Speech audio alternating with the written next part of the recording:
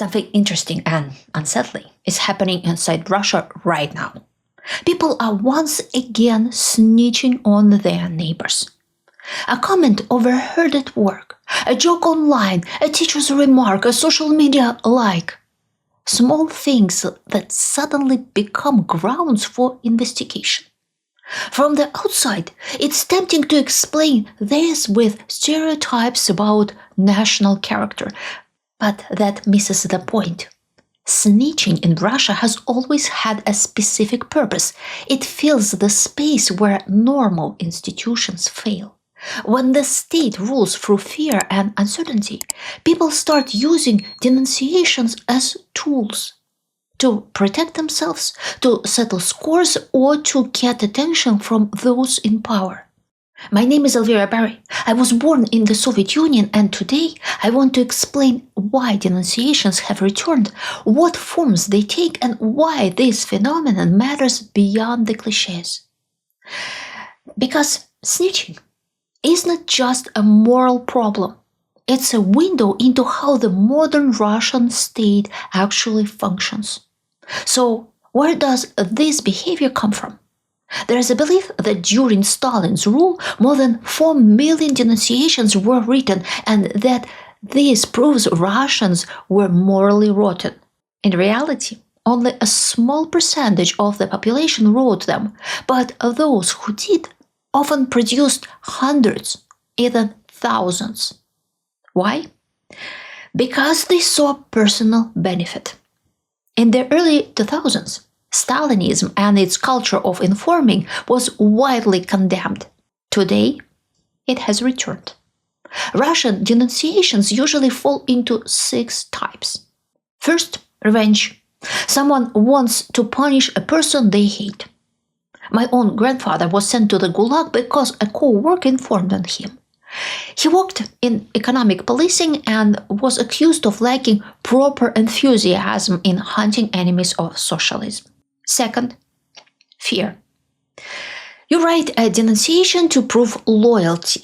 You're essentially telling the authorities, I am with you, I'll sacrifice anything for you, even my reputation and my conscience, as long as you believe that I'm loyal.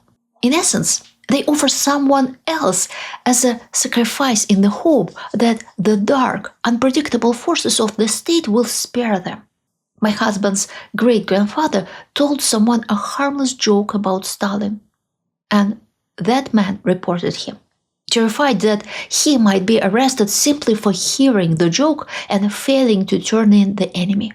Third, denunciation as a way to feel powerful and to reclaim a sense of significance. This kind of snitching is typical of people who think very highly of themselves, yet feel unappreciated by society.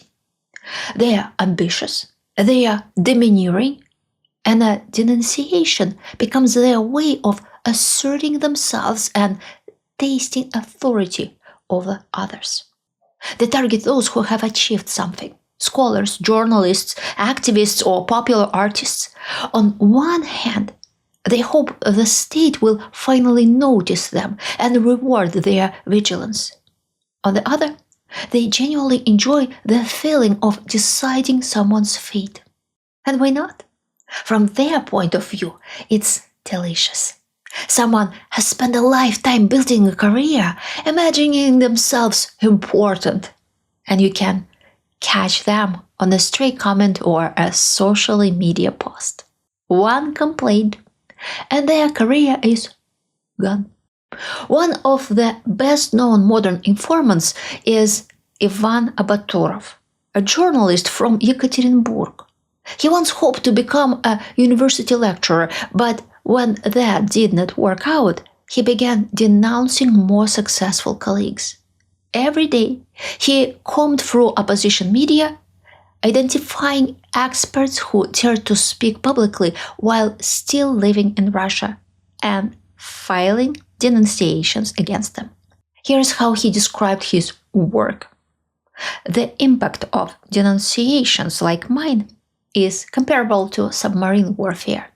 The number of enemy ships actually sunk is small, but the fear of attack keeps the whole fleet in harbor.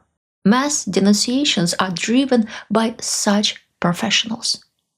By Abaturov's own account, he wrote more than 1,300 denunciations in just 2 years. Fourth, career advancement. You don't want to hurt someone. You want to impress the authorities and to win favor from those above you. This is precisely the model embraced by Ekaterina Mizulina, the charming lady who appointed herself director of the Safe Internet League. Mizulina enthusiastically supports Putin's campaign to suppress freedom of speech and conscience. She fights LGBT communities, Google, Wikipedia, popular musicians, anyone who does not fit the Kremlin's ideological purity codes. According to investigative journalists from Verstka, by the end of 2023, Mizulina had filed complaints against at least 166 individuals and 4 music groups. At least 46 people censored their own work to avoid trouble. 7 issued public apologies. 14 were charged with administrative offenses, and 4 faced criminal prosecution. She clearly enjoys the backing of the security services and openly threatens anyone who asks her uncomfortable questions. This remarkable woman has more than 1 million followers on Telegram, where she posts things like, "Deputies have asked Roskomnadzor to review the Call of Duty Modern Warfare series for Russophobia and to ban it in Russia. They are outraged that Russian soldiers appear as the main antagonists. Such a portrayal humiliates Russians and contradicts the international situation since our country is shown as the aggressor. Therefore, they call for banning all modern warfare games, including the remasters." Fifth, self-denunciation as an act of repentance. This was widespread during Stalin's era. When you know you are innocent, but can still be arrested at any moment, you find yourself living in a world ruled by dark forces that are both unknowable and beyond your control. And you try to negotiate with them. A denunciation against yourself becomes a ritual of humiliation, an admission of your own worthlessness and corrupt nature, and of the state's absolute power over you. These public confessions often looked like hysteria. Communists stood up at party meetings and repented for thought crimes, for secret desires, or for misunderstanding Marxism. 6. Self-denunciation as a desperate attempt to save yourself or protect your family. In the USSR's punitive system, a sincere confession was considered the queen of evidence. Investigators forced people to sign pre-written confessions under torture or by threatening those close to them. A father might be told, "We can send your little daughter to a good orphanage," or to one filled with tuberculosis patients. Your choice. In my novel, The Prince of the Soviets, I describe exactly how this machinery could break almost anyone.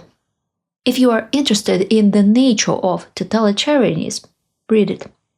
The book explains a great deal about modern Russia. This 6th type of denunciation is reappearing today. For now, it disguised as cooperation with the investigation. You inform on yourself and others to reduce your sentence. If you confess and implicate everyone, you get 5 years, and they get 20. If you don't, the investigators pressure your accomplice, and they get 5 years, while you get 20. The choice is yours. These examples show that the danger to society's moral fabric comes not from some national character, but from 2 groups, outright scoundrels and people with unstable yet aggressive psyches. Ivan Abaturov's colleagues openly call him a weirdo. Every society has such people, And the real question is how the authorities treat this behavior. Do they encourage it? What happens to someone who writes a denunciation against a neighbor or colleague? Is this behavior rewarded or treated as the mark of a fool?